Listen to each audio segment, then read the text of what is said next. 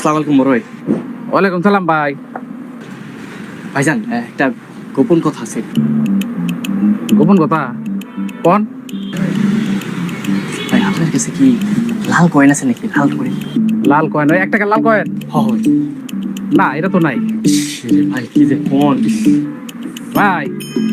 1 টাকার লাল কয়েন দিয়ে কি করবেন? আর ভাই কোয়েন না, ওই সাউথ আফ্রিকাতে কতগুলো লোকজন আইছে, 1 টাকার লাল কয়েন খুঁজতেছে।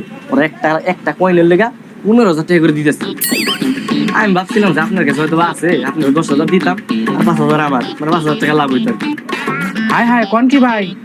একটা লাল কয়েনের দাম 15,000 টাকা?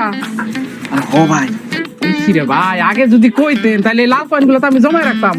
এখন তো মনে হয় পাওয়া যাবে না, না ভাই? কেমনে পাওয়া যাবে ভাই?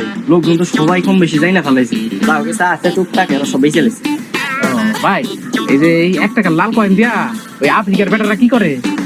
কি জানি করে, ওই কয়েন গুলা গলায় ডলে সোনা টোনা মনে হয় বানায়।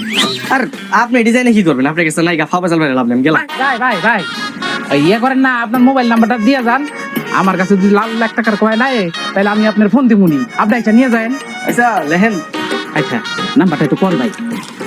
017 হ্যাঁ, 017 99।